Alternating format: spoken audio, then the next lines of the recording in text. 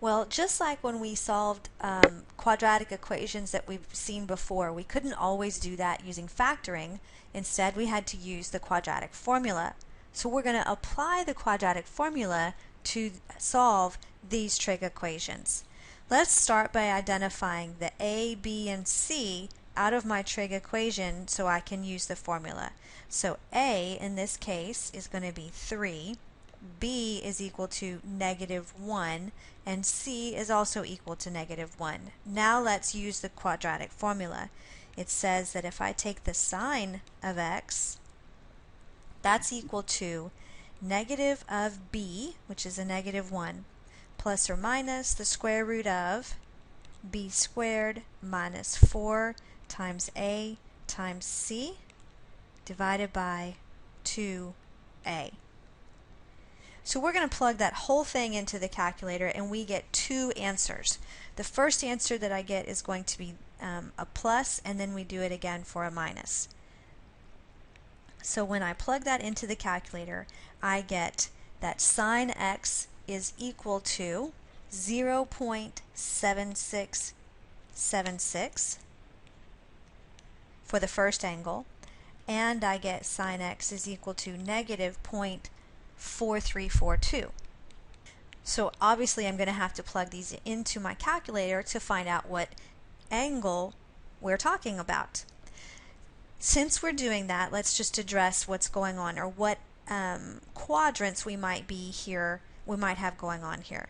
So in this particular solution, when I take the sine of some angle, I get back a positive value. So I must be talking about an angle for x that is in both quadrant 1 and 2. So I'm going to get two solutions here. And on this one, when I take the sine of some angle, I get a negative value. So these angles have to be occurring in quadrants 3 and 4. So we're going to keep that in mind as we let the calculator do its magic. So when I put the inverse sine into the calculator, remember that we're going to enter it into the calculator so that it looks like inverse sine of 0.7676 and inverse sine of -0.4342. Just looking at this first equation over here, the one where I get angles in quadrants 1 and 2. Remember when I take the inverse sine on the calculator, I had to restrict my domain, and the domain of inverse sine is only for values here in quadrants 1 and 4. So when I take the inverse sine on the calculator, it's only going to give me one of my two solutions that are positive. So it only gives me one angle, and I need to find the other one. So I'm going to draw a picture of what it gave me back. When I take the inverse sine of 0.7676, it gives me 0.8751, and that is this angle right here. This is 0.8751. I also need that same angle that would occur over in quadrant 2. So that is this value over here. So this is quadrant 1. And quadrant 2 is going to be then pi, because I've got to go all the way to pi, and then I'm going to subtract off this little pi shape, this little bit right here.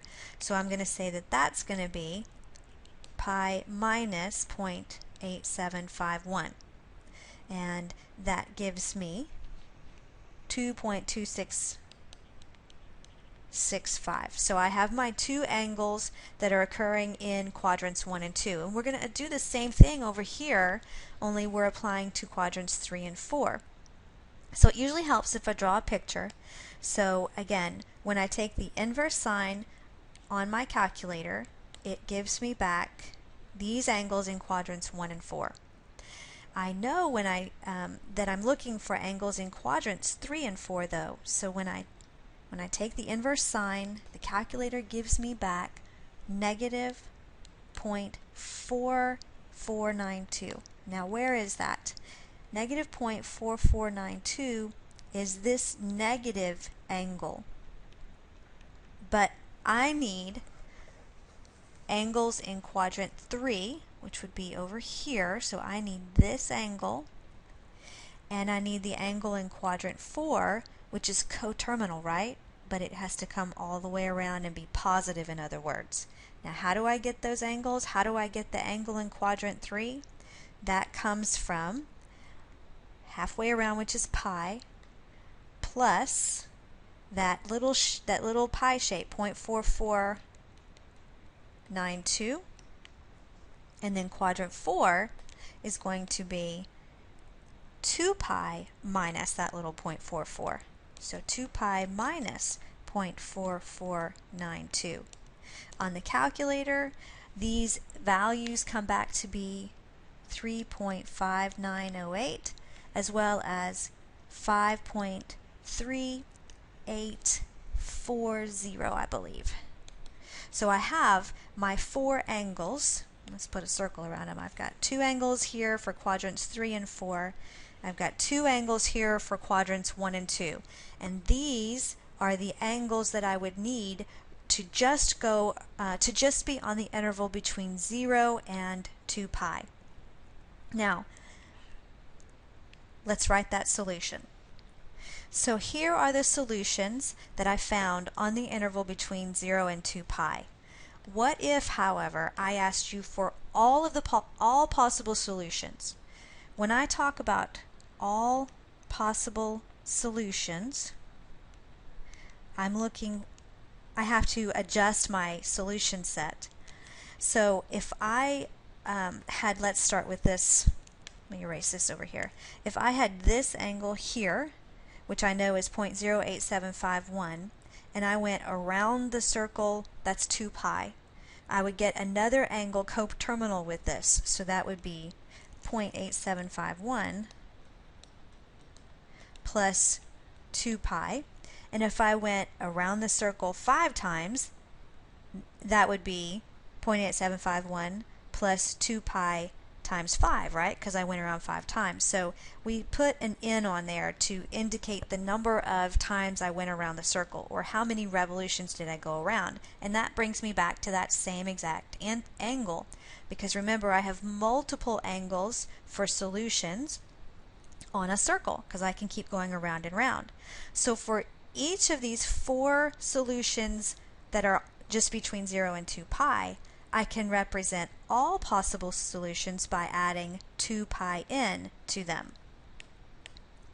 So here I have all possible solutions for this equation, not just the single revolution, but all solutions. And that's how you write all of them.